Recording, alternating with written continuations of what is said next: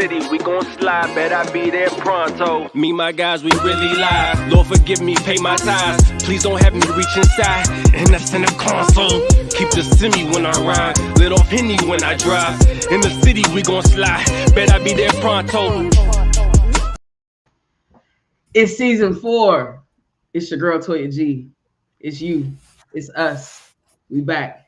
It's the Chop Up Show. What's good, everybody? What's going on? I'm so glad to have y'all. I'm not just by myself. I'm with the boy, the political plug. Tonight, we're about to have some wonderful conversations. So if you're in here, go ahead and get comfortable, get situated. It's good to see you again. It's good to see you after a long time. Happy New Year.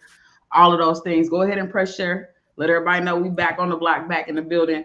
And tonight, me and the plug are going to have some amazing conversations. Before we get too deep into it, though, we got to go ahead and realize what we probably realize with our real lives, because we don't want to tell you any real lies. So, right. Plug. I mean, did you feel what I was? Can I? No. I got it. I'm fucking with it. Can you snap for me? You snap. Yeah, see how? I mean, I need my. It's Black History Month. Don't do me like that. Right. Nah, we here. We'll go ahead and talk about it. Break the news. Drop it down. Break it down for us. All right, y'all. So we got a couple of announcement to make. So as you can see, it's just Toya and I here today, right? Conscious Lee's relationship with the show is changing slightly. With everything that he's doing, he's on the go a lot more. He's traveling a lot more. He has a new show that he's launching, which means that trying that time to put do certain things is limited. So. He's still a part of what we do. You know what I'm saying? Like he's still a part. Like we are the conscious collective. Period. You feel me? But he's not going to be on the show as much. You know what I'm saying? He's not going to be on the show as much. So y'all gonna see us on his show. He's gonna be over here sometimes. But right now we at the point where we're growing multiple platforms instead of just growing the Chop Up. Right? Like we trying to grow multiple shows. You know what I'm saying, along with that. So you still gonna see him, he'll be around, but every Thursday. He's around right now. We don't go too far without Lee. Education is elevation. Y'all know I got the hoodie on. I need to go cop one. Y'all better go get one of these. Right. Of the Instagram, go there. The link tree will have a website. All that information is right there. So make sure y'all get tapped in with what Lee got going on. Make sure y'all stay tapped into what we got going on, and make sure y'all share all of it. Comment with all of it. Interact with all of it, and we'll be good. I gotta jump in these comments real quick because we got Tyler in here, always being a comedian, always going crazy, talking about he sold out. He did not. Tyler said, "I'll be conscious T." We'll talk about it. Hey, we'll talk to you. Hit up the plug. Yeah. And we'll see what's good. Who else we got in here? Miss Maez is in the building. Barlos is in the building. Dana D is in the building. All the homies in here. So shout out to everybody. If y'all haven't, go ahead and jump in the comments and say what's up. Don't be rude. Act like you've been here before. And if you haven't been here before, then go ahead and jump into the process of greeting our family, the Chop Nation, while we get into these conversations for the night. Shout out to Tori. What's good? And you know it. We got love for everybody. We got love for the crew. It's a conscious connection type of thing. So, it's all good over here. But we're proud of our little brother and definitely excited to see what he's going to do. If y'all too, he's up for best social media personality with the NAACP Image Awards that's coming up, and we got to push him through with the votes. I've been voting every day. I missed a couple days. I ain't gonna lie, I ain't gonna hold you, but I'm always going back, making sure I'm finding that link. So seriously, go to @theconsciously right now, because our brother's on the way, making moves, and he in there with people like what's man's name? Earn Your Leisure. Kevin on stage. Yep. Christine. This is a bunch of amazing people who he's running against. So we got to push him through, right? And make sure some beautiful things happen. It's Black History Month. I said that. You know what I'm saying? Absolutely, Tyler. Him versus Kev on stage. And it's day 2 of Black History Month. And we are so super, super excited. Y'all know we always do a Black History Month Awards, right? Nothing's changed. All of that is the same. So make sure y'all join us on the 23rd. Of February for the Black History Month Awards. We're going to have some amazing conversations. We're going to have some amazing reflections over the past year and really over some of our lives, because some of them are kind of bigger topics that we end up talking about and getting into. If y'all got some categories y'all want us to make some decisions about, drop them in the comments, right? For the Black History Month Awards, we have topics. What are some of the topics that we have, Plug? with the Black History Month award? I think we had like the Kanye West before recently, like the last Black History Month awards, we had the Kanye West award where it's like, damn, bro, you know what I'm saying? Like that was the Kanye, it was the Memorial Kanye West award, and the to get there, the rubric was, damn, bro, like who, damn. You know Who won? So I think the baby might have won that award when we gave it the last time for all of his anti-sex shenanigans. Right. But you know, the favorite Black or trans public figure. You know, we also Black or trans, Black trans public figure. Your favorite athletes, right? Both men and Kobe women. Bryant. The Kobe Bryant Memorial Award. Bryant Award, exactly. But just a bunch of different things. So we looking for suggestions. We're looking for nominations, all of that. But make sure y'all tap in. Meanwhile, I'm gonna do a Black History Month shout out, right? And we're gonna make sure we do some shout outs every week. I want to shout out Super Cent, right? Super Cent. If y'all not familiar with Super, go follow Super. It's spelled SUPACENT. But Super Cent is a social media influencer and icon. She's been on, you know, the sites before TikTok, before all of that, just growing a following on YouTube and on Instagram and on Twitter. And Super has reached a beautiful kind of momentous accomplishment that I want to shout her out for, because over the course of the pandemic, outside of being a social media influencer and just kind of being very present, very funny, very I think engaging, she seemed like a cousin of yours, you know what I'm saying? Just a great relationship with her followers, launched a cosmetic brand called the Crayon Case. And the Crayon Case started off as a small project. Next thing you know, she was transitioning to warehouses. Next thing you know, she's building out her website and making $1 million in sales. And then recently we discovered that Super, you know, her products are being found in Walmart right now. And so that's a big deal, because we know a lot of Black people, both in fashion and cosmetics, are creeping into spaces and places like your Walmarts, like your Targets, and really becoming important in terms of shaping their brand in those large retail type of outlets. And so Super today, which is her birthday, shout out to Super, happy birthday, was recognized in Forbes for the fact that she was able to reach $50 million in sales, and really become one of the new faces of cosmetics. I'm talking about your eyeliner, your blushes, your whole kits. So check out the Crayon Case, right? We definitely trying to put money in Black women's bag. We definitely trying to support the brand and product. If you know somebody doing makeup, it's Valentine's Day coming up, right? If you got somebody you want to make sure they looking good, feeling good, got the newest stuff, go ahead and check out some of Super's products and see what's good. But I wanted to shout out this beautiful, amazing, talented, skilled, entrepreneurial leader of a Black woman for Black History Month, and really kick out our shout outs talking about Super Cent and the work that she's done to make a lot of money and give a lot of money back and do a lot of great ththings with the Crayon Case and with her brand. So shout out to Super. That's a big deal. Without further ado, and I see you, Tyler. Tyler said, yeah, never. I thought you were gonna say best Black wrestler, and I was really with that, right? Because I had some, Mark Henry. You know what I'm saying? I was gonna come with that, and then you said vote me for best Black wrestler, and I don't know. I got you. I got you. It's you versus Mark Henry. So good luck with that. Yeah, but without further ado, let's get into some of the conversations we have for tonight. I'm gonna turn it back over to the plug so really we can get into the first chop. Yeah, so in honor of my man Lee, man, the conscious chop. We're gonna get into the conscious chop today. We talking about the tragedy that happened with the brother Tyre Nichols. Now, if I'm sure all of y'all heard, but we got to do our journalistic duties. You know what I mean, and kind of lay out the circumstances that's happened. Tyre Nichols, a father of a 4-year-old son, right? Let's humanize this man. Father of a 4-year-old son, was known to his family as an avid skateboarder and a nature photographer. He was from Sacramento, California. He moved to Memphis before the pandemic, right? Living his life out there. On January 8th. Can I add one detail?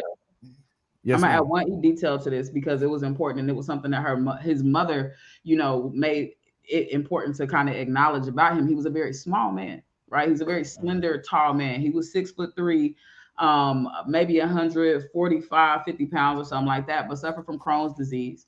you're not familiar with Crohn's disease, it's a disease of your digestive system, and really dysregulates how you process food, how you absorb the nutrients from that food. It dictates and determines a lot of the things you can and cannot eat. And so as a result, just to let you know just how his presence was, right? He was not a very big or hefty man. He was, I think, like I said, a little bit over 6 feet tall and about 150 pounds or so.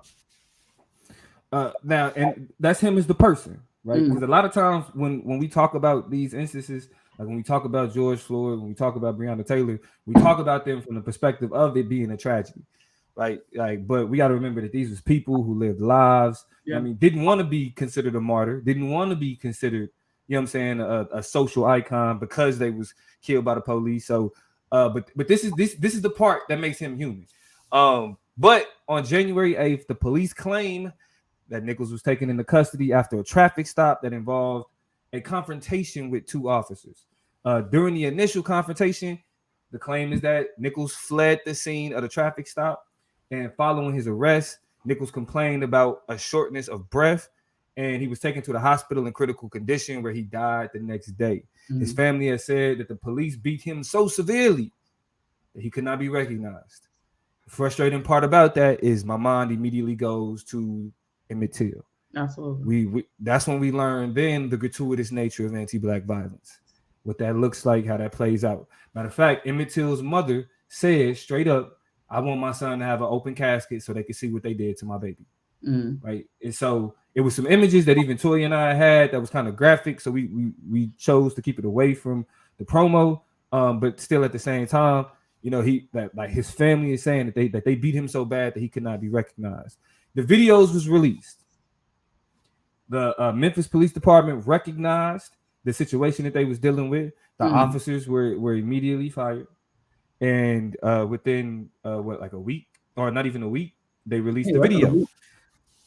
Now the video shows the officers dragging Nichols from his car and cussing him out throughout the process.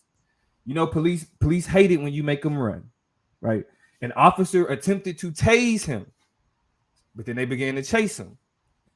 He was yelling back to them, I'm just trying to get home. At a certain point, while they were beating him, you can hear him call for his mother. Okay? The officers can be seen repeatedly punching and kicking him while he was detained. At one point, even one of the officers, an officer that's currently being investigated, is literally egging it on while this man is calling for his mother. All right. The main officers involved were all indicted. As soon as it went down, they locked them up. The reason why I'm not comfortable with that, Toya, is that of course we knew they was gonna lock the niggas up. Because we've already have examples of Black officers doing wild shit, and they suffer the consequences. Usually. And so they were locked up.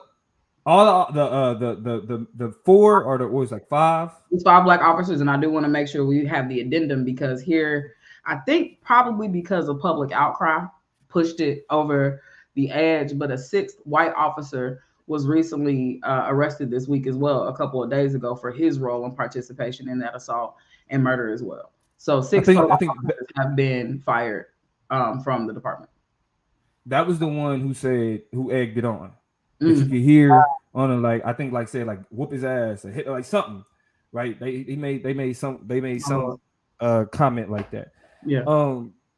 But I want to start off by asking, and remember, any question that we ask on the panel, we also ask into the chat. Absolutely. So y'all please join in. But the first question I want to ask is, what does the murder of Tyre Nichols expose about how we criticize policing in America?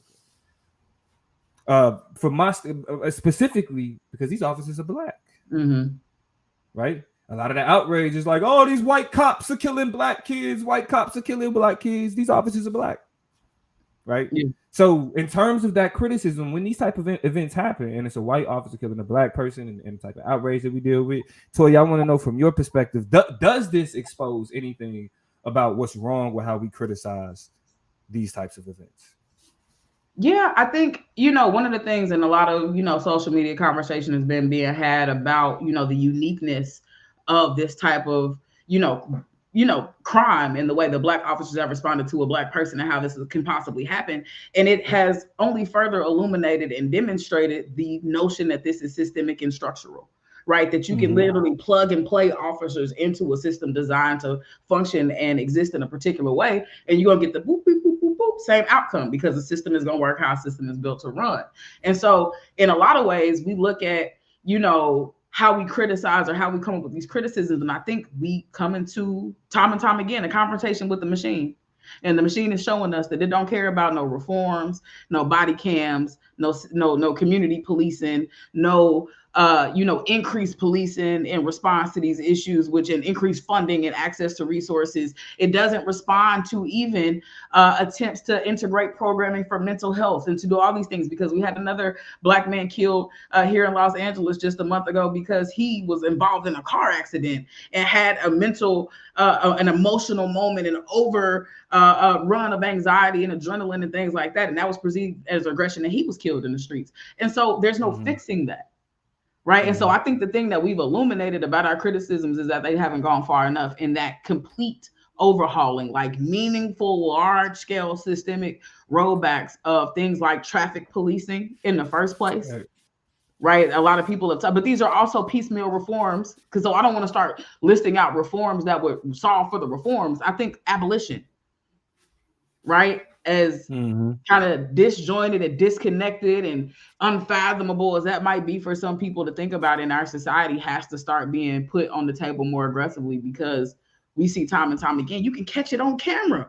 You got cameras on camera. You got cameras in the car. You got cameras sitting up. A lot of communities have cameras and speakers and like sound absorption technology to hear when gunshots go off, so that they immediately click on and you can see and observe the area that they have in the circumference of those cameras and of that technology. It's out there and it ain't stopping shit. Ain't stopping nothing. And so I think that's the biggest thing we've seen and kind of drawn from this particular issue, is that you got to go harder and ask for more, right? Because in this temperament, and it's okay, I understand you got to do your job, is yielding little to no results. And so we have to start asking even bigger questions. And, at this point, we're done asking questions, and bigger demands on a community-based level have to be there. Defunding didn't scare them enough. Right. Not at all. I think it's for me, it's literally a question of outrage culture. Yeah. What's happened is that outrage culture has diminished the real, authentic outrage to racism. Right, that before it was a part of popular culture, before it was cool to say racism is bad, right? What's ended up happening is that the outrage that we see from the media, especially like left-wing media, that's attempting to garner that what we would consider to be the moral high ground, right? They run with that, but just like you said, that outrage isn't deep enough. Like what Lee say. Like you can't think deeply about shallow shit. Exactly. And what ends up happening is that the way that we think about policing in this country becomes something to where it's like a white versus black issue. It's a white, these white cops killed this black kid. Yeah. These white cops killed this black kid. Right. What that obfuscates about I hate pronouncing that word because I thought about something. The word is obfuscates, though. OBS. Yeah, you got it. I think I said it. Obfuscate. It's the accent. It's the Kansas accent. But what it confuses about policing, what it disguises about policing, right, is actually how it's not a question of black versus white, but blackness versus whiteness. And what I mean by that is that the ideology of whiteness, or the epistemology of whiteness, the way that we view the world through a white lens, doesn't matter the actual person. Yeah. Right? It's the ideology. How were you socialized to look at particular people? Because it's a lot, I would argue that it's a lot of black people who have the lens of whiteness.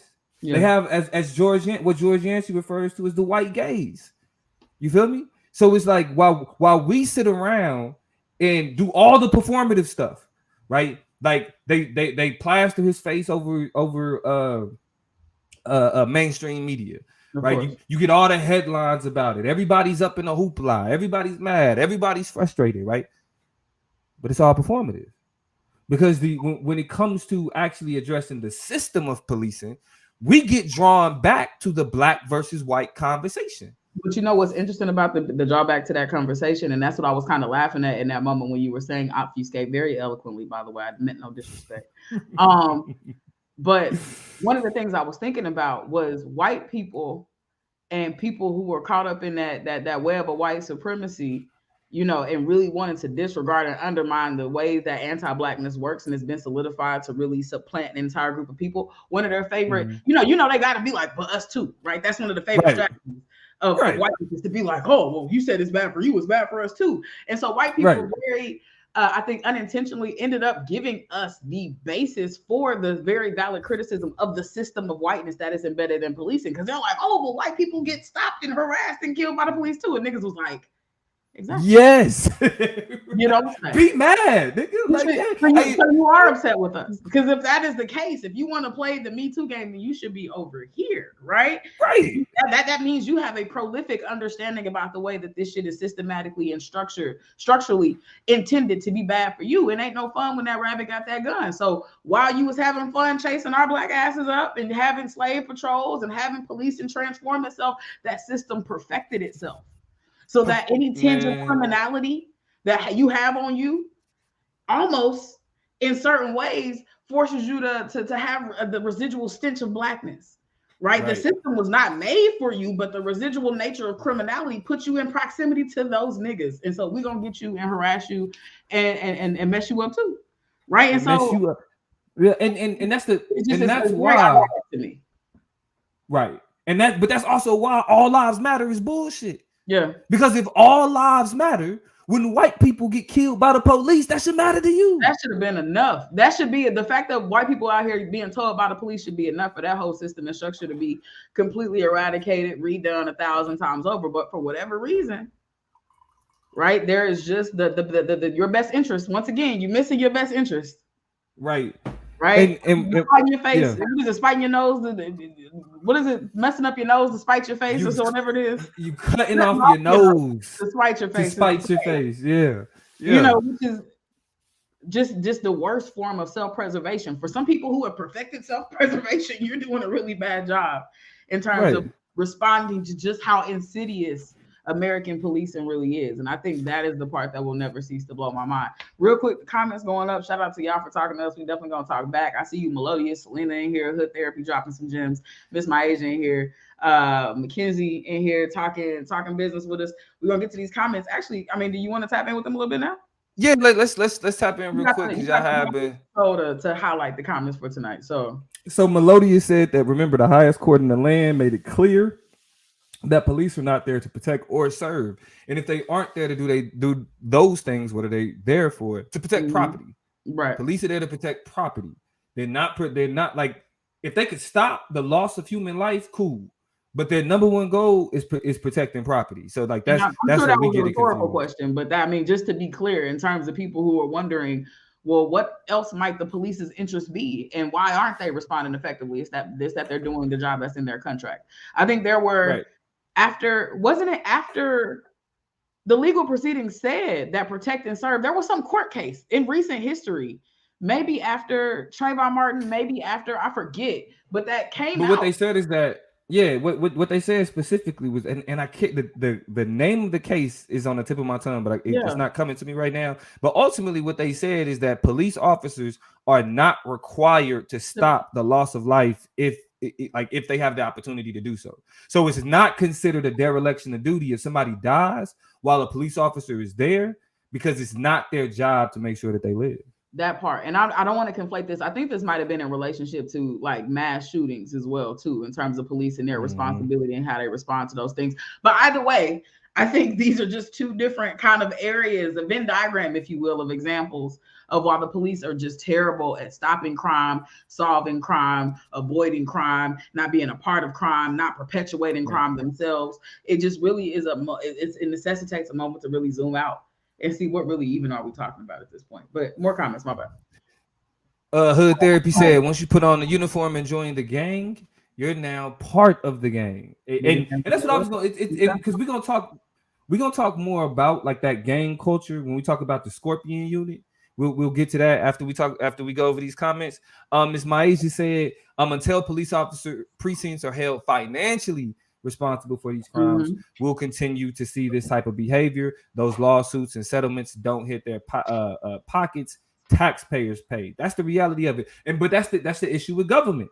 The issue with government is that they actually don't generate any revenue outside of taxes. So anytime we dealing with the police, anytime the city pay, that's our money. And that means that's money that's not going back into the community, because we got to pay the settlement that the police officers got themselves in because they wasn't doing their job right. Melodious Rambling said, I personally feel like the police almost hyping up the video was done on purpose to burn out the initial outrage, right? To make it about, hey, that black versus white stuff that y'all be on. Nah, that ain't what it is. Look, it's a black person. It's a black person.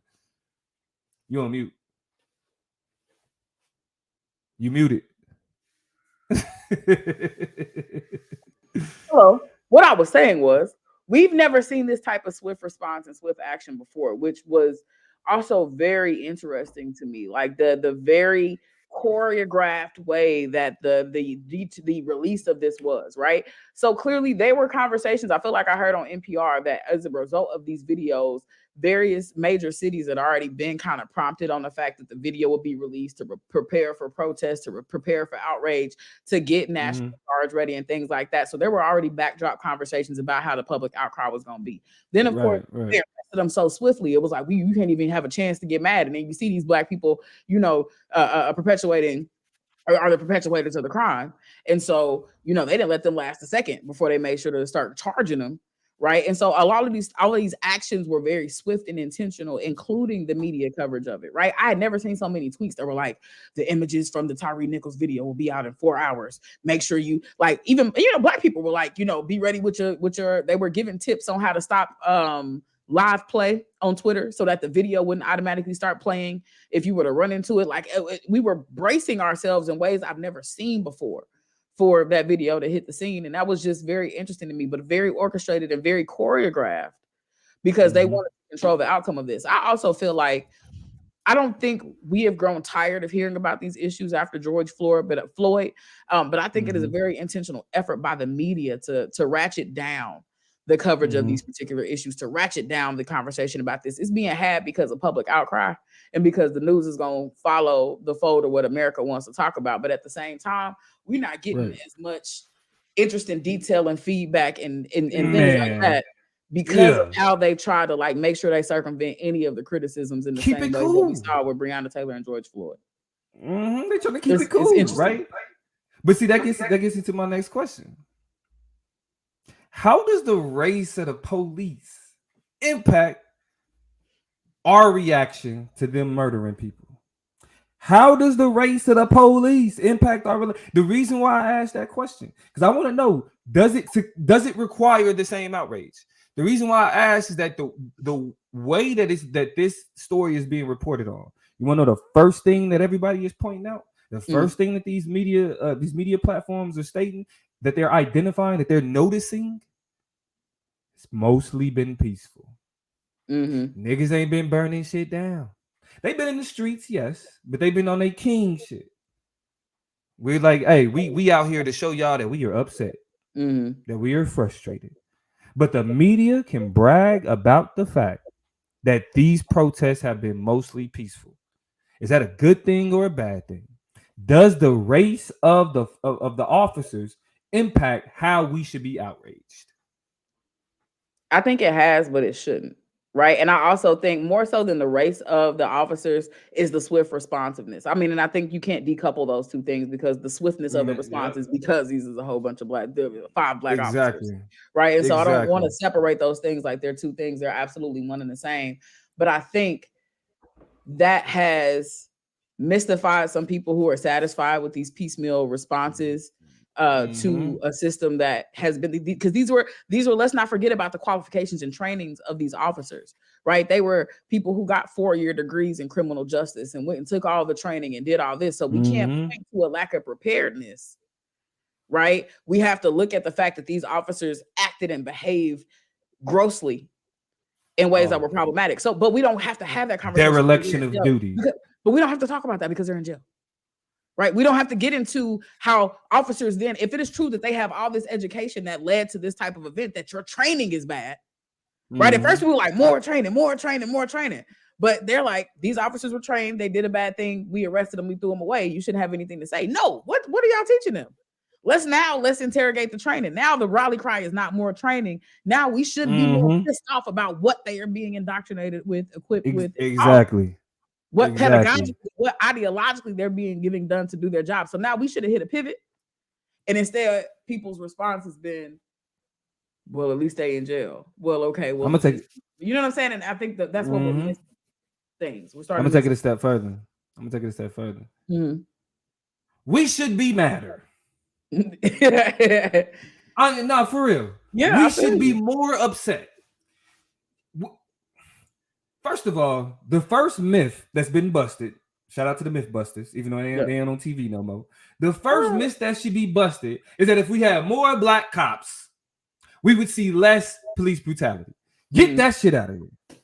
Throw that out the window. Gone. The myth of more black cops than been busted. Just let it. And that's why I always say, time makes fools of us all. Excuse me.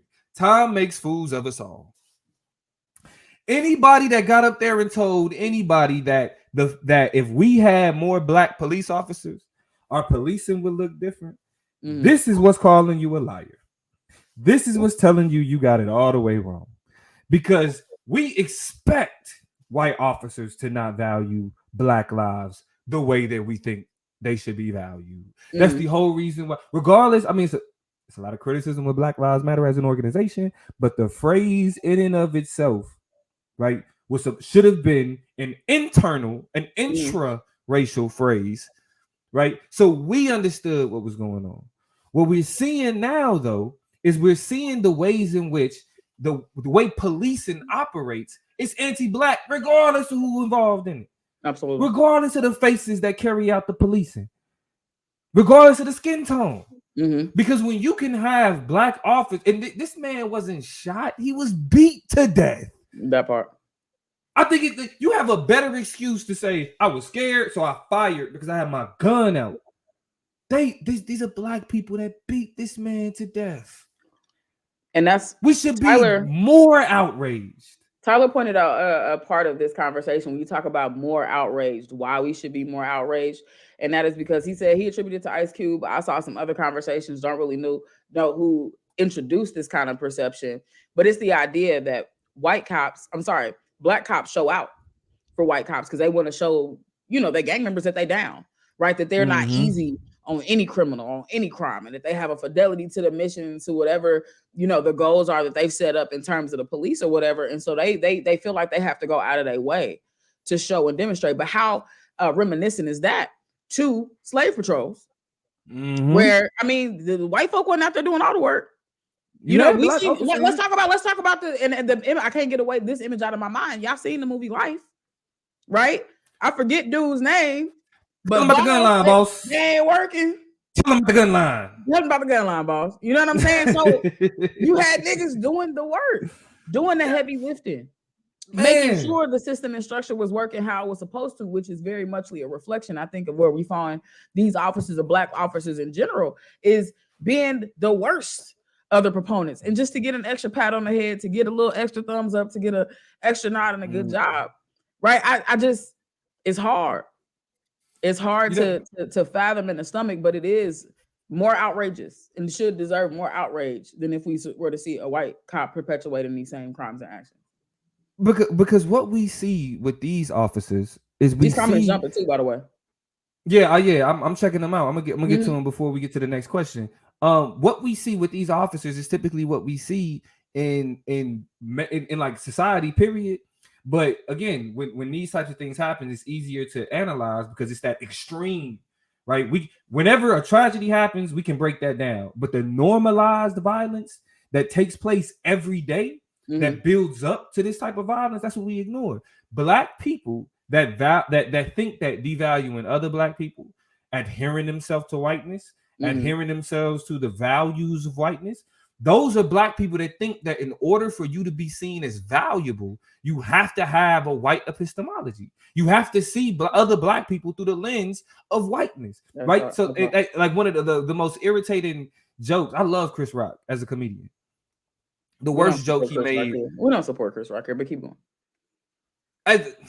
The worst joke he made was the niggas versus black people joke. Because what it did is it solidified not even necessarily solidified. It glorified respectability politics in black communities. Very much. And so it's like, oh, the black people that look different from white people, that think different, that move different than white people, they're the ones that we're gonna call them black. But the black people that act like black people, shout out to Crayon the introvert, we gonna say that those are niggas. You know what I mean? And people that are critical of the word nigga, it messed their head up when when they look at me like, yo, you're an intelligent black brother. Nah, you. And then I'll be like, I'm a nigga, bro. I'm a nigga. So how does that work for you? You trying to detach me from something that I'm saying I'm a part of. Right? But that's a tangent for another day. Right? That's a tangent for another day. Politics of the word nigga. We'll come back to that. Yeah, that's gonna be a show. But moving the conversation forward. One of the crazy parts about this whole story was finding out about what they call the Scorpion Unit in Memphis. The Scorpion Unit was developed in 2021, and it was established to address hotspots. Now, the Scorpion Unit was the unit that 4 of the 5 officers were a part of in the Memphis PD, and they were established to address what they call hotspot crime areas in Memphis. This group, it was disbanded about a week ago, right? It was disbanded a week ago. But before it was disbanded, the police chief applauded the Scorpion Unit for their methods and their arrest numbers. Consider that the one thing that they pointed out was that the police chief, when he talked about the importance of the Scorpion Unit and their hotspot policing approach, was that you got to be tough on tough people. You got to be tough on tough people. Mind you, look at what happened to Tyre Nichols. Right. He ran. Does that make him tough? Right. I talked about his stature and the makeup of his body for a very specific reason. Right. At the beginning of this conversation, first he was running away from police, but also the person running away from the 5-6 officers who jumped him, beat him to death, were doing so to a 6 foot, 145, 50-pound man. Why not? And to be 6 feet and 145 pounds, you consider like I'm like 6'2.5", 6'3". I'm like 200 something. I'm still considered skinny. You know what I mean? So to be 6 feet and 140 something, you know what I mean? And so with this Scorpion Unit, right? It's a part of what other units in major cities have been a part of, and that's called that hotspot policing. And what hotspot policing does is it looks at what they consider high crime areas, typically in urban neighborhoods. And what they do is they focus a particular unit on those on that area. Right. So the officers involved were a part of that Scorpion Unit. But the question that I want to ask you, Toya. Hold on, you got a comment on Oh, yeah, I was letting it be seen, but Kinsey Ray said any oppressed person that seeks a seat next to the oppressor rather than seeks to burn the table down is just doing work of the oppressor. Knowledge. Karaya said, glad y'all back. That's love. What you about to say, Toya? Miss My Asian in the mix. It was triggering, I think, reflecting on situations of being targeted by Black cops, specifically as a Black trans woman who grew up in the inner city Bronx. I've been on the receiving end of that type of violence from somebody of my race. And then Hood Therapy asked, and I know you were about to ask me a question. Selena, shout out to you. You dropping some fire comments as well. Hood Therapy said, if it would have been a white man, do you think the police would have done the same thing? Or a bunch of white men? Put that on the docket for the question that we answer and kind of respond to the what ifs. If the situation would have been different, because I think that's a viable question. But what were you about to ask? You was warming up for something. So I wanted to know from you, do you think hotspot policing is something that can work and that this is an outlier? Or now I want to add this. Joe, because we're gonna talk about Joe Biden in a second. Mhm. But his Justice Department. Actually, no, this was not his Justice Department. The Justice Department. Because when they came out with this, it was a few years ago.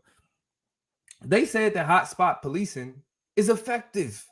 They said that and this is the Justice Department, the high arrest numbers, right? It is actually an indication of the productivity of focusing policing in urban or what they consider more crime-ridden neighborhoods. So, would you say that focusing on where crime happens is a more effective tactic in that what happened to Tyre Nichols is a outlier, or do you believe otherwise? I believe otherwise. I don't think hotspots policing is effective. Yeah, I do. Believe it or not.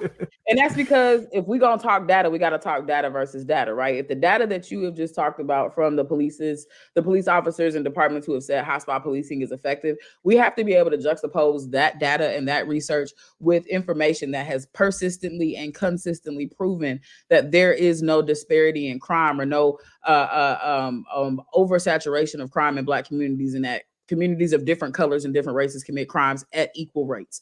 There is only a level of over-policing of certain communities, which then increases the arrest rates because you're going to look for some shit, you're going to find it, especially in one particular place. And by the way, if you can't find it, you're going to orchestrate it, you're going to manufacture it, you're going to fabricate it, you're going to set up situations and circumstances for people to commit those crimes, which then justifies your hot spotting, right? And so I think what happens is, Selena says it's a self-fulfilling prophecy, and that's exactly what it is, right? You literally make the crystal ball, you pour the juices in there, you put the glitter in that thing, you put the base on and screw it, shake it up, and then they're like, oh, look at what it gave me, look at what I got, right? It's really not hard math to do. And so hot spotting, I say all this to say hotspot policing is nonsensical, because if my data that I brought up is true about the fact that, and that has been consistently proven throughout the years, which is that crime happens everywhere. If you are only picking one place to look, that means you're missing the crime elsewhere, which means you look at missing crime that you could actually be doing things to solve, to change, to prevent, right? And you've decided to kind of saturate a particular area, which means you're actually missing crime because of your hotspot logic, right? So you can't rely on one set of data, as I guess what I'm saying, without relying on other, which literally says that crime is the same everywhere. It's just about where you want to focus it, which is why you get the numbers. Exactly. That's all I'm saying. No, and Kenzie said, "Wait, who paid for the study though?" Because it wasn't necessarily a study; they was just looking at data. The Justice Department was just looking at data, and I guess higher arrests means better policing to them. You feel me? Selena, like you said, Selena said it's a self-fulfilling prophecy. Laurent Pierre asked a great question that we're gonna get to in just a second. So what do we do about intercommunal violence when it comes to situations like this, when it's a Black man versus a Black cop, etc.? To answer your question, Laurent, I'm gonna be 100% honest with you. I don't know if you just joined us. We should be outraged. When it's intercommunal or when it's intraracial, it doesn't matter. We should be more mad at this Black people. We should be upset when police kill people anyway, for the simple fact that that's not their job. Yeah. Your job ain't to take lives, right? Your job ain't to kill people. And so ultimately, go ahead. No. I didn't mean to cut you off. Yeah, ultimately, I mean, so ultimately, when we ask the question of, so what do we do when it's Black people? We should be more mad. We should be more. We should challenge more of the system. We should challenge more of how it operates. When we see it happens, because then that pushes back against the idea that if we had more Black people, that this wouldn't happen. Go ahead. Because people's favorite argument is like community policing, right? We need more Black officers because we need Black officers to be working in Black communities so they can police things. Well, we've already debunked the idea that Black officers are more effective, because we've already identified a couple minutes ago that they actually go harder on Black people 9 times out of 10 to prove, right, systemically and structurally, that they're down with the cause and down with the mission of policing, and they're not biased, right? The same way we look at Barack Obama, we're like, why didn't he do more for Black people? Because he was everybody's president. Well, why didn't Black cops help support Black people more? Because they're everybody's police. They got to treat everybody. And as a matter of fact, they got to do double work to make sure their partners and their sergeants and people looking over their shoulder don't think there's favoritism, right? And they have to maintain. I want you to finish though, but they have to maintain and recognize, like, yeah, we're race traders. We don't have that racial loyalty that people fidelity, assume. at least not here. When I put it on, the only color that matters is blue, right? That's what their rally cry is and what they rally around. Blue lives matter. So I say all this to say, right, it is unfortunate that, like, for example, we have to dissuade Black people from becoming officers, but it's literally like, you might as well let the white people do what they're going to do anyway, because if you send more Black people here, that could actually become more problematic, right? That could double down on their investment of cleaning up our communities. That could like open up, like, so it doesn't really matter. Again, I started off this conversation by saying the issue is so systemic and structural, it literally exists by plug and play. It doesn't matter how you shuffle the cards in the deck. It doesn't matter where you put them. The indoctrination of the behavior of policing, the act, the profession of policing is so insidious. It's so arduous that it covers like a canvas, right? And paints in very particular ways with very broad strokes the ways that they are responsive to real life community issues. So there is no care for intracommunal violence. They don't feel like they're a part of those communities or our community within community with us when these things happen, because the color that mattered in that moment was blue. They were doing their job. Right. Because what you point out is that anti-Blackness is not unique to white people. That's why I say it's not a Black versus white issue. It's a Blackness versus whiteness issue. Because real quick, what I like to preach about the race is that it's a hierarchy. White at the top, Black at the bottom, and everybody else kind of fits in between. And so when we want to attach ourselves to what we think is more valuable, we attach ourselves to whiteness. That don't mean we attaching ourselves to white people, but we're attaching ourselves to a value system. Very much so. Right, that is built off anti-Blackness, right? So anybody could carry out anti-Blackness. This ain't a white versus Black thing. It's a whiteness versus Blackness thing. The next question that I want to ask to you is, so there's been a lot of conversation about Joe Biden addressing police reform. I think the thing that we meant. Take me out to dinner. I don't care. That was just as an aside, was a great viral moment. Bing Bong was a thing for me. Yeah, Bing Bong was a thing for a while. But even after Bing Bong, like the rest of it was take me out to dinner. Like that was actually my fun. So it was a thing. But Joe Biden, we've been talking about Joseph. Right. We've been talking about Joe Biden, and there's been calls for whatever reason for Joe Biden to do something about police reform. Now, for people who don't know, about a year ago, not even a year ago, to be honest, Joe Biden actually put forth an executive action for police reform, specifically for federal officers. But that same, so it changed how federal guidelines operated, right? Like FBI, CIA, those, how they moved, right? There is specific things that they can't do now because what Joe Biden spoke to. But but when we talk about local policing, he tied funding to training. Like Joe Biden tied, like, if y'all want to get particular federal funding, you have to go through particular federal training. It's like, okay, that's what that is. But what we have to understand is that crime and punishment in local communities is not a question of the federal government. So what I want to ask you before I respond and give the political plug analysis on Joe Biden and police reform, I want to ask you, why do we jump to talking about Joe Biden when we talk about police reform? Why do we immediately go to Biden? We need him to when we talk about police reform.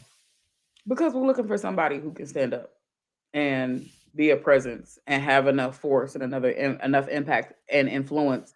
Three branches of the government be damned, right? So we learned back in history class, probably in 6th or 7th grade, about the legislative, the judicial, and the legislative branches of the government. I was coming executive. You said legislative twice. You said legislative. I did. Sorry, twice. Legislative, executive, and judicial. The Supreme Court deal. Yeah. It's too many degrees on this panel for us to we got to get it right. I can't be on with the political plug and get them wrong. That's unacceptable. Right. So we've been taught about how those systems and structures work, right? But in the face of these tragedies, we're looking for the principal. We're looking for the boss. Like, who is in charge here, right? Somebody with where does the buck stop? You know what I'm saying? And so I think that is the reason regardless of what we know and how we know, systems and structures like the United States federal government are designed to work and function in structure with checks and balances and all that shit. We are hoping that at some point somebody can say, Uncle, what's up, Trevor? What's good? Which was great to have you. We're looking for somebody to say enough is enough, right? We were looking for Barack Obama to say enough is enough, right? We're looking for somebody to just be like, okay, time out, that is enough. But there's no executive order coming, right? That would outrage. That would become divisive. That would become a reason for warfare, for fisticuffs. White people against black people, police advocates versus everybody else. The police themselves would quit, would be an outrage, would protest, would become angry. Who knows what would happen if the president were to step out of line and sign some type of executive order. So why do we look to the president? Is because help. We look to the president for the same reason, I'm not even gonna lie, that Tyre Nichols and that George Floyd called out for their parents, for their mothers, is somebody who's supposed to be helping, running this shit, who made a commitment. Somebody at the top, come pull me out of this. You know what I'm saying? And so that is that toxic, weird relationship we have with wanting more from a president and a position that we know we just don't get those results from. So, Vance just popped up. What's good with you, Vance? Shout out to Selena, Kenzie, LaRon, my boy Tyler, Trevor, all of y'all that's joining us. We appreciate y'all. We back though. We back. New Year started. We back. And shout out to Trevor too, pointing out it's the a-holes without the term limits that are really keeping us gridlocked and not moving forward with meaningful changes in policing. It's Joe Biden. You know what I'm saying? Like, I mean, how you been in government since segregation? About nothing. You know what I'm saying? But, you know what I'm saying? You've been in government since segregation, and y'all asking him to do something. What are we talking about? What are we really? What are we talking about? But so this is my spill, Toya. When it comes to Joe Biden and the question of crime and punishment, period. The thing that you pointed out was the separation of powers. But the thing that we know, we learned this in high school debate. One of the first disads that we learned was federalism. Yeah. It was federalism. That is the distinction between state government and federal government. And the Constitution grants state governments rights of control over things that are not specifically outlined by the Constitution. Yeah. So the federal government can only do things that are outlined by the Constitution. If it's not specifically in the Constitution, that means the states have the rights to determine them. We see this with, for example, Roe v. Wade. The ability for the Supreme Court to overturn Roe v. Wade was a question of states' rights. So they didn't overturn it and say that abortions should be illegal. What they said is that states have the ability to dictate whether or not they're illegal. Shout out to the state of California. It ain't perfect, but it's good. Shout out to the state of Kansas. Yeah, also. The state, one of the most conservative states in the union, but they said we're gonna ask the people what they want, and the people of the state of Kansas said abortion should be legal. Yeah, get out of here with that. Get out of here with that. Did they do that in Missouri? What did they? Missouri actually had a trigger law, Toya. Yeah, Missouri had a trigger. I understand that Missouri is a bad place. I don't live there. I don't pay any of my bills there. I go visit my mom. I visit my brother and sister. But your area code is 816 though, right? On my phone? On your phone. It's 2023. Don't nobody care about what phone numbers is from. Mine is 913. They never lived before. Mine is 913. Let's get it. Right. That's some what are we talking about here? I'm not about to have a border war with you on the Chop Up show.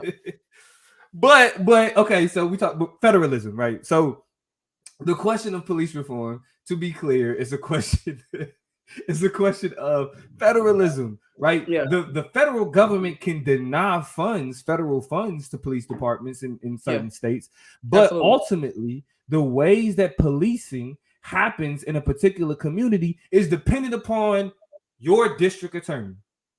And what I tell people on the internet all the time, don't talk to me about Joe Biden if you don't know the name of your district attorney. That part. Literally, the person that is responsible for saying this person should be charged, this person should go to jail, this person should get a plea deal, this person gets this. That is the district attorney who is a elected public official. That part in our neighborhoods. And so we get so caught up in the national narrative of politics that Joe Biden, what are you doing about policing in our communities? I just read a private. What are we doing about policing in our communities? Mm-hmm. Joe Biden. No, stop asking that man. He ain't got nothing to do with that. At all. You have the ability to get registered and vote for the person that pushes them charges. Yeah. And if your investment is not on them people, and you asking me to answer a question about Joe Biden, don't talk to me. Yeah. Don't talk to me. I mean, I think Lou Correa is my representative. Shout out to Lou. I try to be knowing because I don't want out there in Orange County. Out there in Orange County. Yeah. There's a few people in the mix. Right. And so ultimately, I think when people bring up Joe Biden, it's ridiculous, right? Because it's like there are all these other ways, there are all these other people that are responsible for our communities that we ignore to jump to talking about Joe Biden. I got a couple more questions on this topic. Let's talk. I mean, let's get them. Yeah. I want to talk about the responses. Okay. The responses to people, specifically, let's not say responses. I want to talk about one nigga response. Jason Whitlock. Oh, okay. I was like, now, as Kansas Cityans, we have a very specific relationship with Jason Whitlock. We've been reading him in the Kansas City Star for years, but sports though. Yeah. Sports. But more recently, which his takes are garbage Whitlock, about as well. His exactly. I'm not gonna get into his Kobe takes before and after he died. Yeah, we're not gonna get into that. We're just gonna talk about Jason Whitlock's response, which is a response that we see from traditional Black conservatives, and that is the man shouldn't have ran. Mm-hmm. Jason Whitlock specifically said that, and this is on Tucker Carlson. I know y'all don't watch Tucker Carlson. The government don't. Fox News don't even take Tucker Carlson seriously because they went to the court and said that his show should not be considered news. It's entertainment. Okay. Jason Whitlock went on there and said that what we saw from Tyre Nichols was what we see from Black men who are supervised and raised by Black women. Single Black women. Single Black women. Mm-hmm. So Tyre Nichols lost to Jason Whitlock. Tyre Nichols lost his life because he was raised by a single Black woman. Chat, put y'all response in the chat. We're gonna talk about how y'all feel. Toya, I want your response as a Black woman. You ain't got no kids though. You know how they feel about Black women. Shout out to Journey. Look, they feel away. Oh yeah, shout out to Journey. I'm sorry, Journey. Let me not disrespect Journey. Let my child. Journey. Come on, don't get her attention. She's listening. She's right over there. She's being quiet. Okay. But no, as a Black woman, my response to Jason Whitlock on Fox News, what Tucker Carlson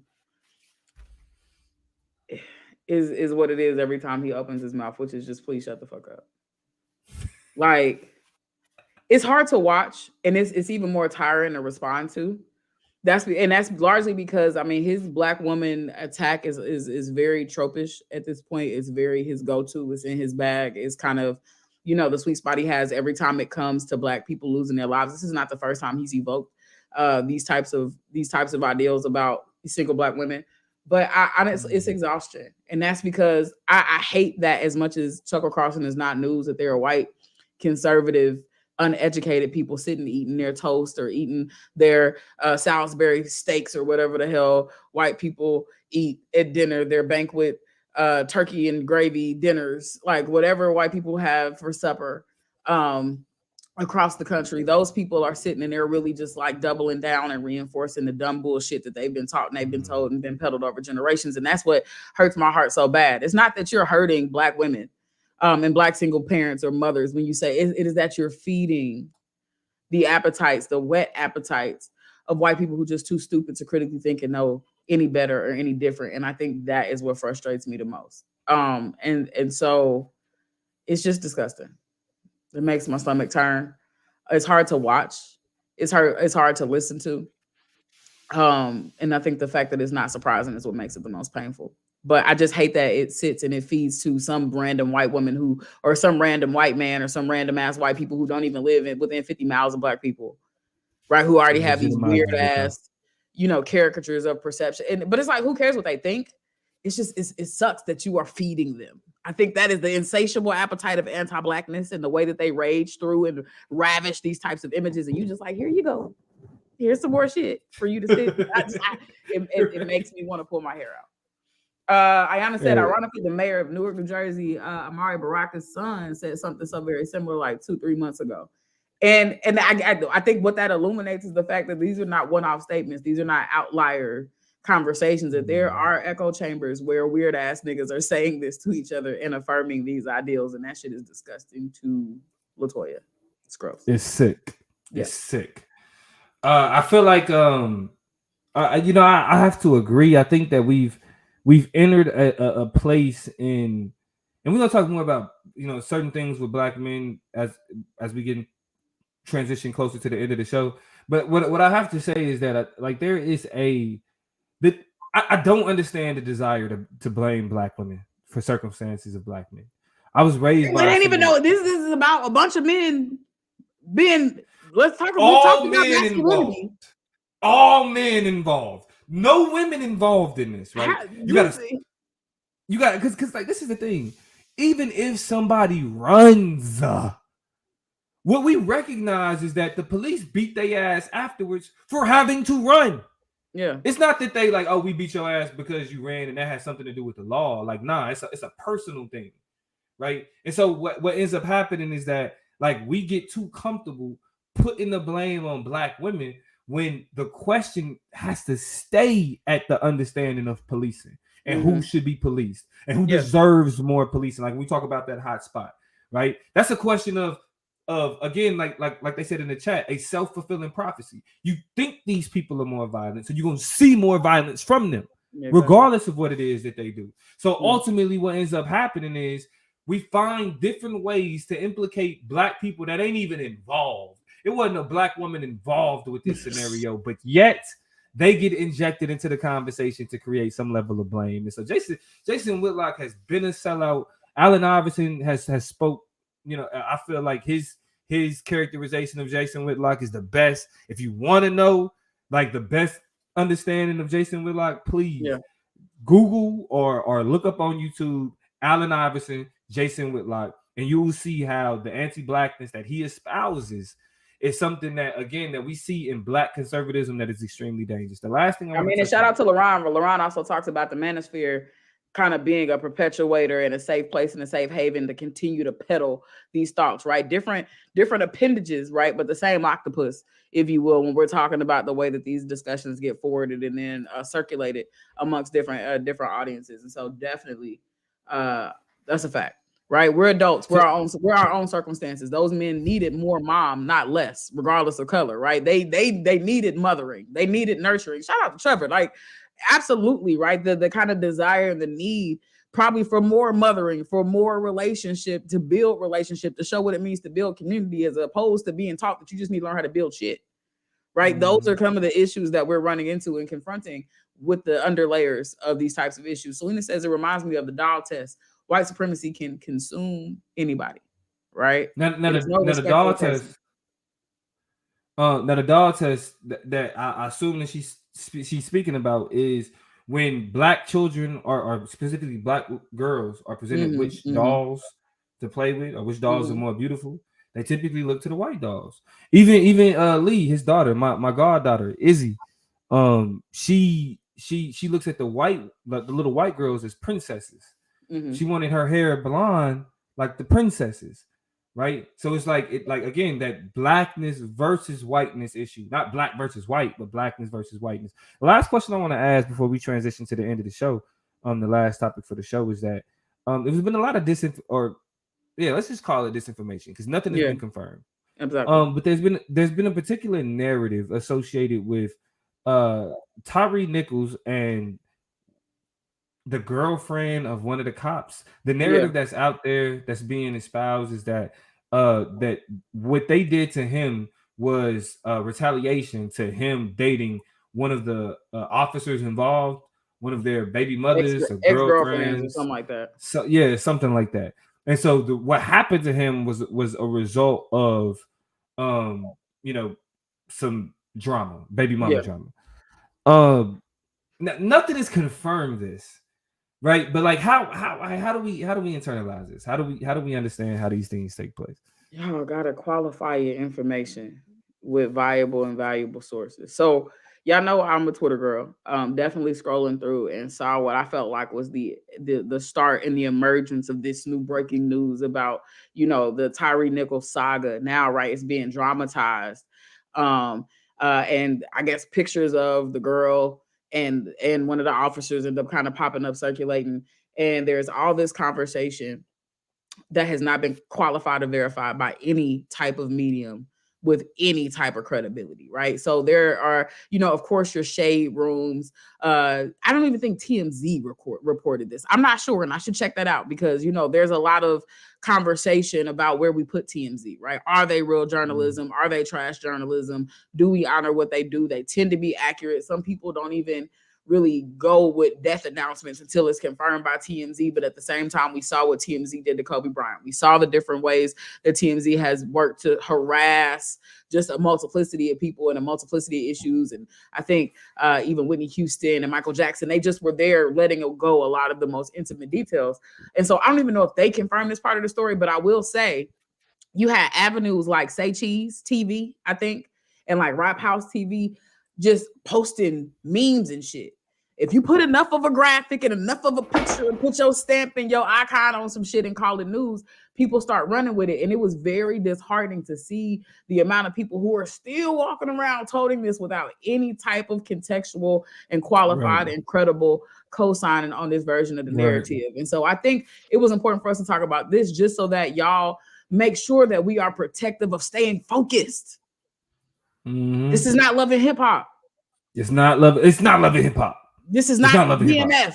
This is not what was the other show from 50 Cent, Power. This is not some weird plot twisty. And if it comes out to be true, cool. We'll know that at the appointed time when avenues and outlets that we trust can kind of co-sign and say those things. But I think we got to be careful and very protective of getting lost in those narratives because it stops us from focusing on the fact that police is out here doing foul shit. There is no justification for that. Even if you let your emotions get the best of you and you and your buddies got together and tied a man, handcuffed a man with his hands behind his back and then told him, stop fighting, stop resisting, which is what they was out there telling that man during that stop. Right. There will still be no crime of passion, no camaraderie, no brotherhood, no defensive, no past relationship that will justify them abusing their power. They did it because they could. Right. And to me, let's talk about the fact that them out there brutalizing that man, but them saying certain things so that it winds up on the dash cam and on the chest camera. I don't need a justification. I don't care about the backstory of that. That is bad enough. At all. That's irrelevant to me. Right? And so I want us to make sure that we stay focused in these moments. None of it matters. And more importantly, none of it has been verified by reputable sources that we should be looking to get our news from. Just anybody can make an Instagram account. You didn't go through no extra hoops and hurdles to start yours. You don't think these same news outlets that we are taking information and running from are doing the same thing? Think before you share, think before you retweet, think before you plant your flag on an area or a jurisdiction of knowledge that has little to no support, right? Got to ask better questions. No, gotta ask better questions. And the last thing I'll say about that before we transition into the social chop. So what? Even if, like, 'cause I do feel like this is misinformation, right? This is people wanting to run with narratives and things getting thrown out on the internet until it's confirmed. Let's say it does get confirmed that they did date the same woman. The ability for him to beat that, for the individual who they were engaged, they were both engaged in relationships with, for him to have the ability to take that man's life, for him to have the ability, even if he didn't pass, but he did, but even if he didn't, for him to have the ability to beat that man simply because of those circumstances, it's still an issue of policing. It's still an issue of policing. Because we should be holding police to a higher standard. Yeah. Because there's certain conversations that I was involved in the back and forth about.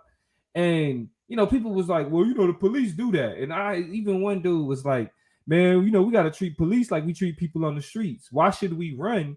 Like if I were, if somebody on the streets do X, I should. And it's like, bro, it's the police. Yeah. They have a higher standard than regular street niggas. They have a higher standard than street people.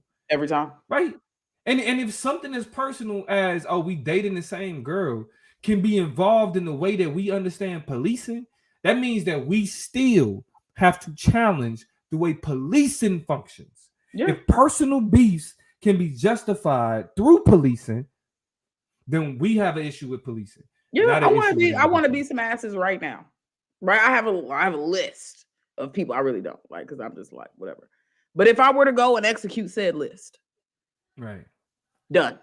Right. Lock her up, throw away the key. I mean, Kanye West, and this is not to justify him, this is just to give an example, right? But is being arbitrated through the law for stealing somebody's phone and throwing it because they were walking. So that's how easy it is for you to catch an assault charge, right? That easy. And that easy.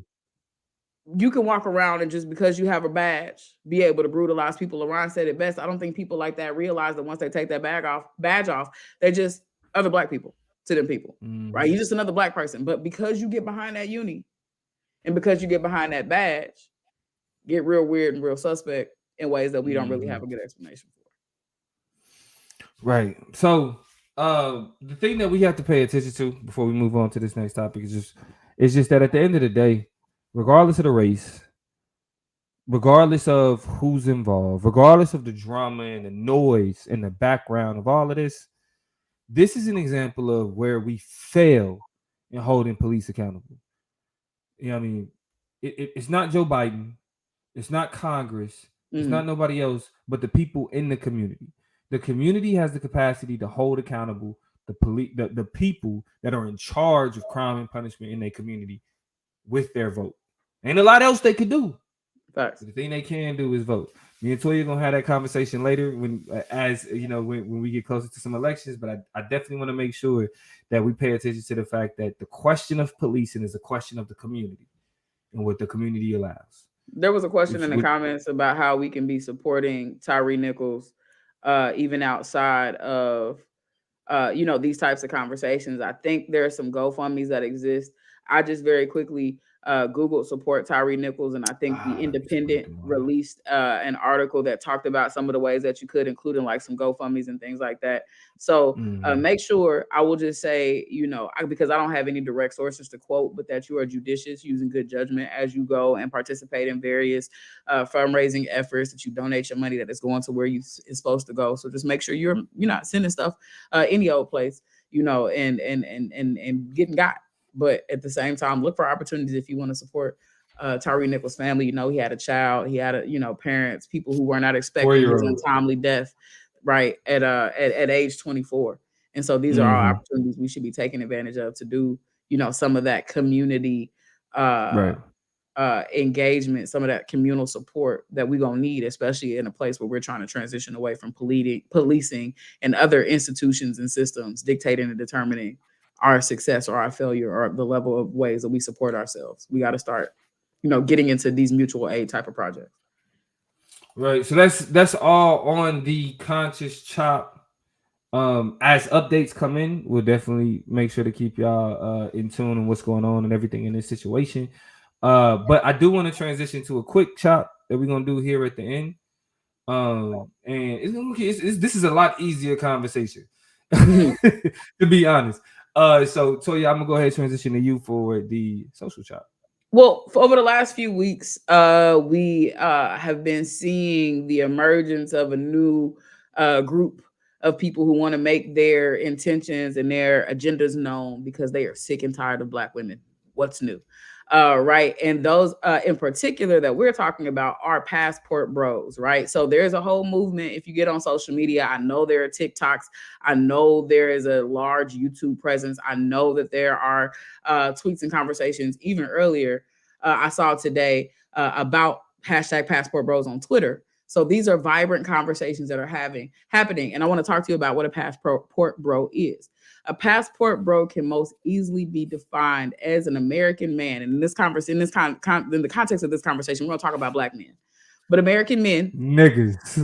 but I saw videos of white men, and this is where it's important because we got niggas who are attempting to perpetuate the actions, the logics, and the behaviors of white men, and doing so in ways that are even more problematic and troubling than what the white men are doing, right? Because they're not doing it; they're doing it for, you know, sex tourism in a lot of ways.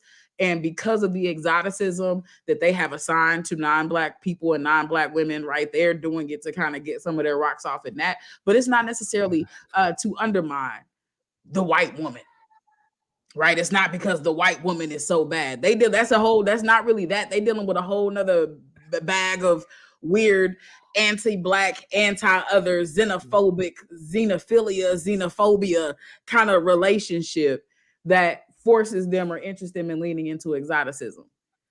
Black men are using this as an opportunity not to go and explore more exotic shit. Well, kind of. I think there are tinges of that as well. There's some of that xenophilia, a part of it too, right? Not a fear of the other, but such a curiosity and a captivation with the other that you go seek them out and take advantage of them.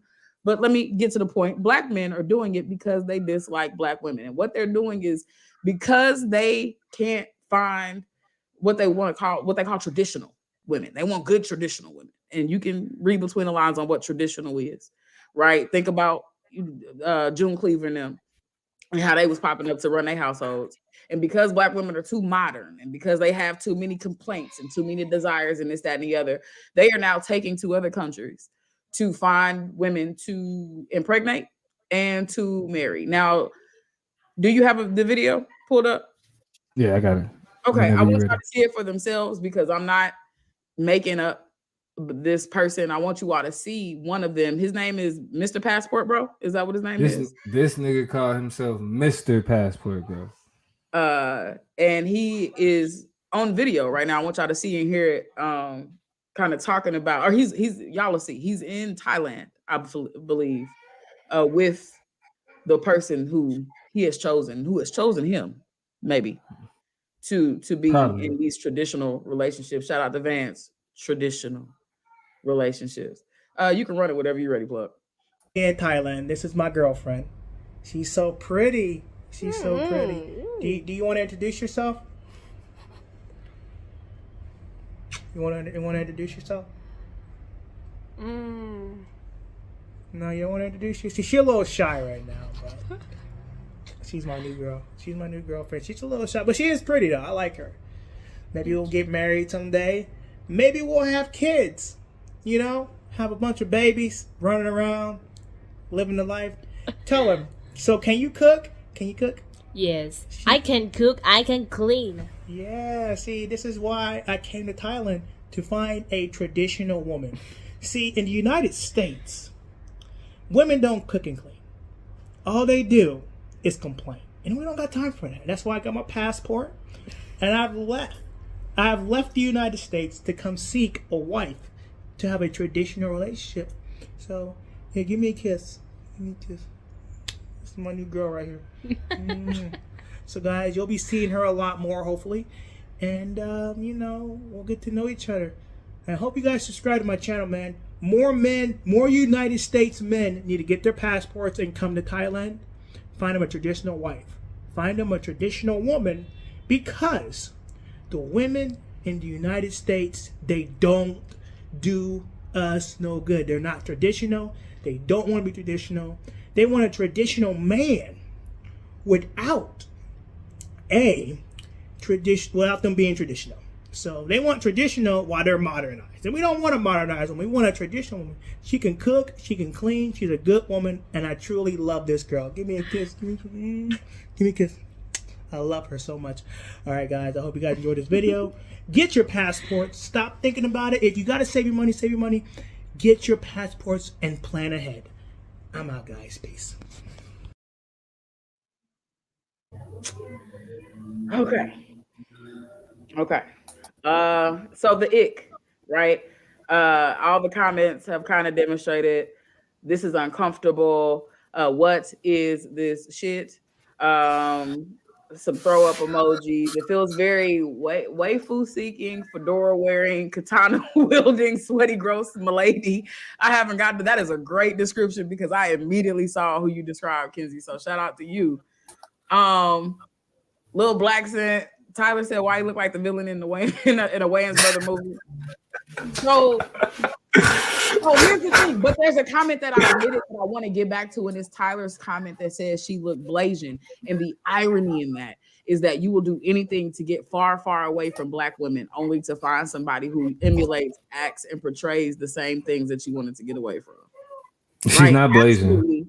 Absolutely mind-blowing, because not Blasian at all, right? But I saw another video that talked about, and I wish I would have sent this to the plug too, where it was like how to, right? It was explaining like that you should get on. There was some app or some website that the man was talking about where you get on the website. Yeah, go to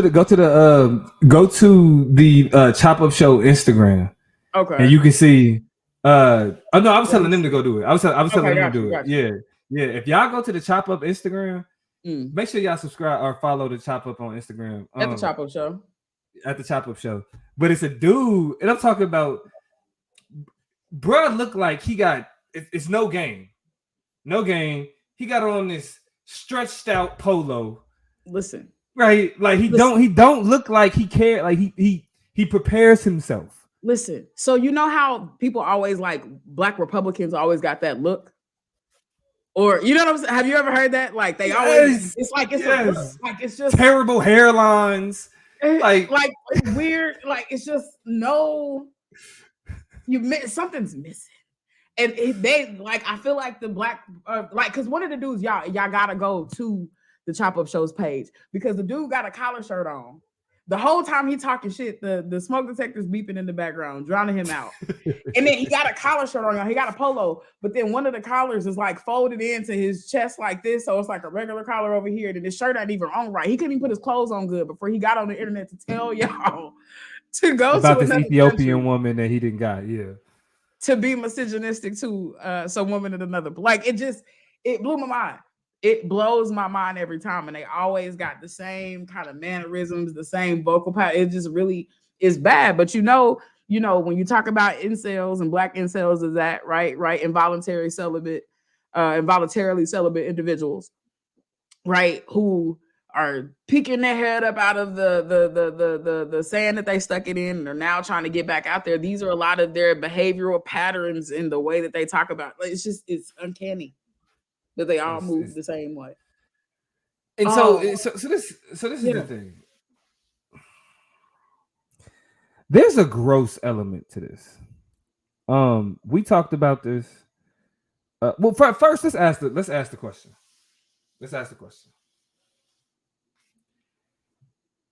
Do Black men have a responsibility to look at this shit and be like, nah, bro? That's not what it is. I've been rejected before too. It's been sisters that I wanted that didn't want me. I watched anime. Mm-hmm. I play video games. I read comic books. Mm-hmm. It's been women that's like back in the day. I've been with my wife for 10 years plus. So it's like, this is old. Like, this is old. And it's also there's still hope for you. There's somebody out there. Like I know that's evident. I don't know what else but you know what don't help is that my wife is Eritrean. So like she's, what I'm saying. Okay, my wife. But this is the thing. My wife told me from the get-go, if you tell me I can't do something, I'm gonna do it. This before she was even my girlfriend. When we was in that, what do we call it? Talking phase. Talking. Yeah. That's what we called it. She told me, if you ever tell, and listen, she's Eritrean, first generation. Her mother migrated here, from Africa, from Eritrea. Told me straight up, if you ever tell me I can't do something, I'm gonna do it because you said I can't. Absolutely. I heard that and was like, hell yeah, that's what the fucking right. Wow. You know what I'm saying? Like, let's challenge accepted. Right. God damn it. You know what I'm saying? That's just how I looked at it because I was raised around strong women. Mm-hmm. That's what I needed for me. So when I hear these dudes out there talking about how women should be acting, what's a traditional woman, Toya, from your perspective, as a Black woman, do you think that Black men have a responsibility to respond to those type of things, to call out the issue with that logic. Yes. And the reason why is that there's nobody else who's capable of delivering that message.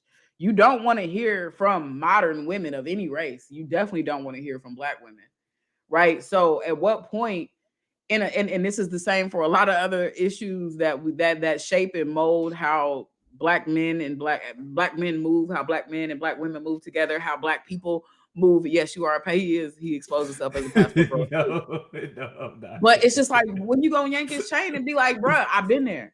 It's not that deep. You don't have to look at it like this. It's somebody but there needs to be more accountability held, because here's the thing, and this has been the biggest criticism. It's not even that you want to go find another woman somewhere else. It's not even that you're interested in women that are not Black. It's that you so loud about it. That you're so disrespectful about it. And that gets me back to where I started when I talked about the fact that when white men do the shit, they just out. They just, it's not to undermine the power, the attractiveness, the desirability of other white women. It is to go and do some other weird exoticism type shit.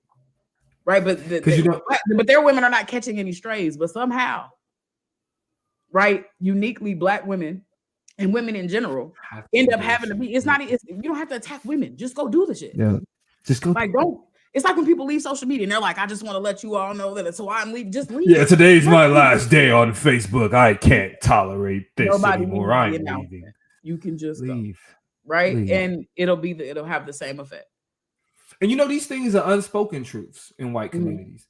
The way that white men fetishize Asian women. That's an unspoken. We know that white men fetishize the hell out of Asian women. We know they do that, but it's not because white women they're not pulling their weight. White women aren't doing what they need to do, so I'm gonna go get me an Asian. No, when they want Asian women, it's like, hey, it's something different. I want to go, do whatever. Okay, cool. Yeah, right. But this is what I say about when people talk about their preference. In these instances, your preference become a politic. When niggas say shit like, well, I don't date Black women because they do X, Y, Z. Now, if dude was just like, hey, I like white women, I like Asian women, I like Italian women, whatever. Yeah, like what you like. But if the reason why you involved with other women is because there's something critical or there's something demeaning that you want to say about Black women, that now becomes a politic. You've now embraced your anti-Blackness to the standpoint where you're carrying it's actually you're advertising your anti-Blackness, right? You putting it out. That's a part of your anti-Blackness is now a part of your identity when it shaped how you date. You know what I mean? Let's not also, my bad. Well, no, but that's why I just say, like, I think as a Black man that watch other Black men move like this, I gotta tell, like, I also think it's a responsibility of niggas like myself to be like, bro, you out of pocket. Come on, I mean I also feel like while you telling bro that he's out of pocket, you should also remind bro that he's also admitting to potentially participating in a criminal industry.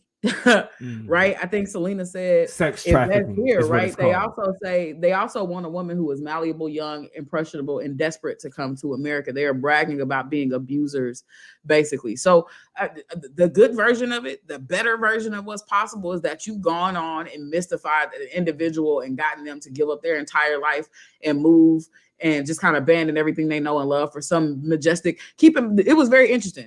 Dude at the end of the video was like, if you can afford, like, y'all need to save your money, save your money. My baby, let me tell you, baby. Let me break it to you.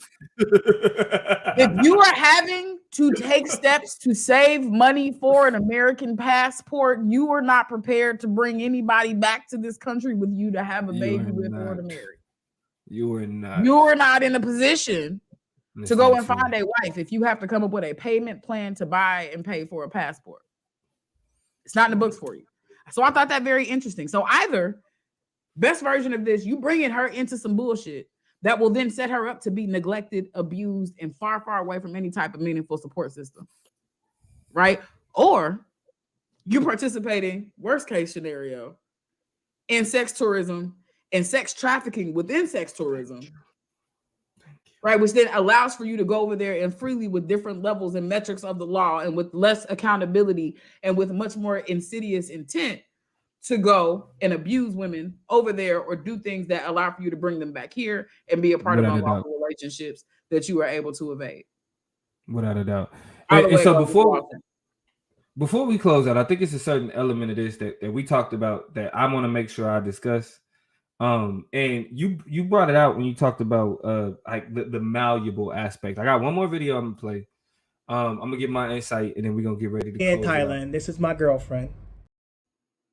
Not that one. I don't want to hear that nigga voice again. Yeah, not at all.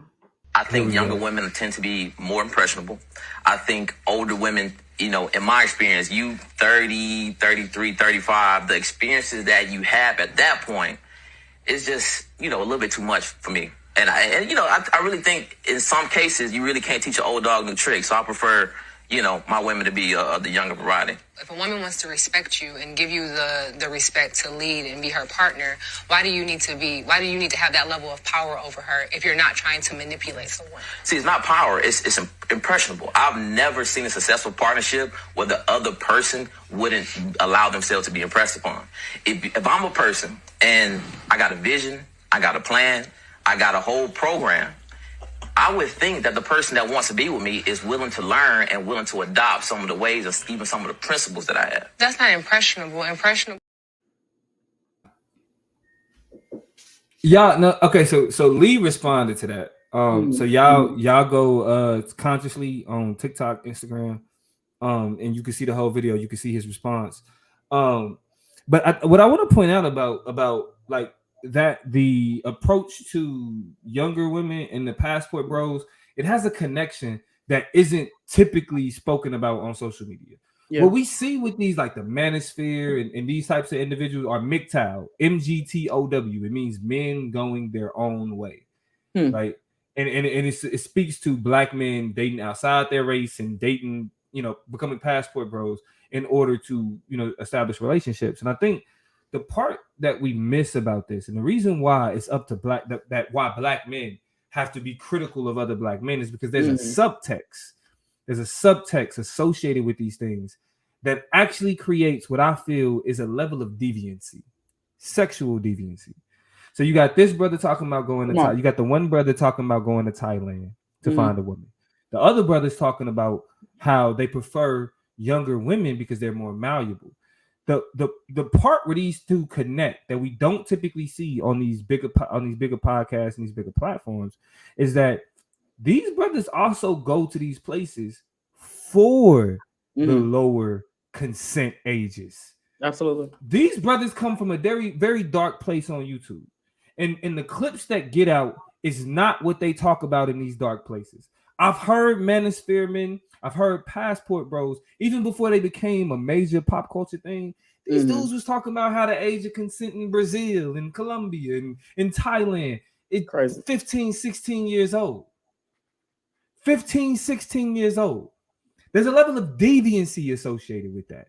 Can I also add in though, right? Especially when we talk about the deviance, we talk about sex trafficking, we talk about how all these are kind of interlocking and overlapping and things like that. You say these things, and I'm thinking about in America, how every now and again, and we haven't talked about this on the show, I think specifically, but there's a wave of us having conversations about black women and black girls being missing. Every now and again, and I think it happened last year, it happened during the pandemic, where we were having conversations about where the hell all these black women and black kids were, because they were literally missing and disappearing from their communities. This shit not unique. They're being snatched up, they're being engaged, they're being mysticized into believing certain things and captivated and following these niggas, and now they've fallen into situations, and so it's happening around the world, right? Maybe in more formal terms where there's literally trafficking rings where they're happening, but one by one, right? You be trafficked in a party of one, right? I don't need a big white van or some overly orchestrated plan or whatever to facilitate and participate in the way that pedophilia works, the way that sex trafficking works, the way that sex abuse can happen to people. So those are connections that I'm just making as you kind of talk about even what's happening in our communities and outside our front doors. Right. And that's why it's like there's a level of sexual deviancy And I feel like we have to tell these brothers, it's like especially throughout the experience of Black men in America, one of the things that we've had to deal with is being hypersexualized. That we've had to deal with the circumstances of if we get accused of rape, people automatically assume that we were responsible for it because of the Black brute, right? And I think that these brothers actually set us back, which is why we need to call it out. That part. Because we've done so much work to show how like these stereotypes aren't, what make us, but yet podcasts and these independent media platforms have given them the opportunity to normalize this nonsense. We are already working hard to be like, stop letting your people, like the stereotype, stop letting your uncles get away with the shit they getting away with. Absolutely. Right? Even as a youngster, it always bothered me that the women or the young girls that I wanted to court in high school was getting in cars with 20-something-year-old nigga. We 16, 17 years old. You in a car with a 20-something-year-old nigga. And so with the Me Too era, we supposed to have transitioned to a thought process where we understand that those power dynamics make consent not be as easy of a question as we think. How many of these women have gotten older and told the other young women, like, I was a fool. I thought he liked me because he thought that I was like the older women. No, you're right. No, he was a predator. Yeah. And when we hear these brothers sitting around talking about, I want a foreign woman, I want a younger woman, it's so they can find easier prey. I applaud Black women for presenting themselves in a way to make it feel like these dudes who want that easy prey, the hyenas, the scavengers, ain't got nothing for you over here. Right. They vultures. They're literally vultures. They circle around young women attempting to find the one that they could take advantage of. And as a Black man, right, a Black man who's watched all these stories of other brothers, like, hey, he was in jail for 15 years. He was in jail for 10 years. He was in jail for 5 years. He was in jail for a year. And they found out that he got lied on. But when you got brothers that's trying to humanize being a predator, you got brothers that's trying to sit there and tell us that, nah, you should want a younger woman because she's malleable. And then when he said it wasn't about power, being able to mold a particular individual to your understanding is a question of power, bro. And then you see it wasn't mutual. You see the ability, the desire to be malleable, to change, to grow into a person, to be impressionable on each other. He literally was like, we should be impressionable on each other. My next question would have been, okay, so my nigga, what do you have to learn? What do you plan? How are you changing? How are you changing? Man, come on. You know what I'm saying? So they talking themselves into circles and into lies because what you saying don't check out. It don't pass the sniff test, right? At all. And so I don't know. It's ugly. It's wicked. You know, y'all in the comments clearly kind of vibing with the logic of how disgusting and grotesque it is, right? J Universe been in the mix, kind of shouting aside and hollering back at us. Let me see. There's a couple other people. There was a question asked. Well, we'll start with Miss Maisha's comment. It says, I've heard a 5%er, which is Nation of Gods and Earths. I've heard about 5%ers over time. Teach lessons on it to justify dating young girls. These are the woke, conscious, pro-Black men. They feel young women can be molded and modeled. So, you know, while we don't necessarily honor the degradation of hoteps, right, or that as an ideology or a school of thought, because there's a lot of important and sacred knowledge connected to the term hotep, that kind of approach, that level of that flavor of consciousness, we call it a level of consciousness, but that flavor of consciousness very muchly has problematic underwritings in it that we have to be critical of, even as we essentialize the importance of going back to our roots and who we are, understanding our history and who we are as people. It's some shit we need to leave there on the table, right? One Panero said, what is your view of the Nation of Islam's view of younger dating? I think they said half your age plus 7 years, which is something I'm not familiar with, so I can't speak directly to. It's my first time hearing that. Are you familiar with this kind of math? Nah, I ain't heard that math at all. But in terms, and so I'm not going to say that that's not true. Selena said they need to part of directly a part of the now at the same time, like these men, they are talking about like 20, some of them are talking about 20-year-olds, like 25, like 21, 22, 8. And some of them even talking about 18, 19, right? But the logic itself lends itself to something that's a lot more dangerous than we would assume. But I want to say, like, with the Nation of Gods of Earth, with people in the Nation of Islam, I don't want to pathologize those groups, because it does exist there, but it's not something that is a characteristic of those beliefs, right? Because I mean, especially with the Nation of Islam, the whole beef with Malcolm X and the Honorable Elijah Muhammad was him messing with girls, like underage girls, right? When Malcolm X found out about the the secretaries and other people that Honorable Elijah Muhammad was, and you see, I'm even trying to kind of like say it the way that they say it. When you see the young girl that Elijah Muhammad was messing with, it's like that's why Malcolm X left. So we can't act like that's not something that's frowned upon, or that has not been applied within. Yeah, right. And as these groups have progressed and started to understand more things. Now I can't say that it doesn't exist there, but we see that pop up. But the one thing I want to point out is it's not that thing is inherent to these conscious circles. What it is an attachment to the ways in which white men have proliferated what they understand to be the power dynamics of sexuality. So so my perspective on those things is we got to root out the predators, you know what I mean, and still allow for the people in those groups to, like, because their understanding the ideologies are productive, but we can't pathologize those whole groups, even though those things take place in those circles. Definitely. And like I said, Miss Maisha just pointed out, but the nation justified it. Malcolm called it out. It's wrong. How do I feel about it? I feel like that's something, as much as I honor other people's beliefs and belief systems and values, my personal perspective on that particular component of Islam is I can't get down with it, can't get jiggy. But that's just me speaking on behalf of me, respectfully. So so that was, I'm please, Chop, y'all make sure we're gonna keep this conversation going, and we're gonna have these clips coming out on our Instagram. So we definitely like for y'all to chime in on these conversations on our social media. But you can go ahead and leave your last thoughts on this, Toy. Hey, my last thoughts are just that the Passport Bros get no hoes, and they having to try real hard. It's really kind of sad. It's really kind of bad, and we should just leave them niggas where. I'm spitting tonight, man. I came in spitting. We gonna leave this thing spitting. I'm not worried about these boys. What I will say is that I'm grateful that we back having these conversations, that we tie back in, we tap back in, and really thinking about some things. Y'all are always welcome to meet us over at the Chop Up Show, on IG, and drop y'all's topics for consideration. If y'all want me to give or a plug to give a Black History Month shout out, we'll do that to somebody in particular. Don't miss out on the Black History Month show. That'll be on February 23rd. But in between then, these next couple Thursdays, we back in the mix. We talking our business. We talking to y'all. We staying tapped in. We paying attention to a lot.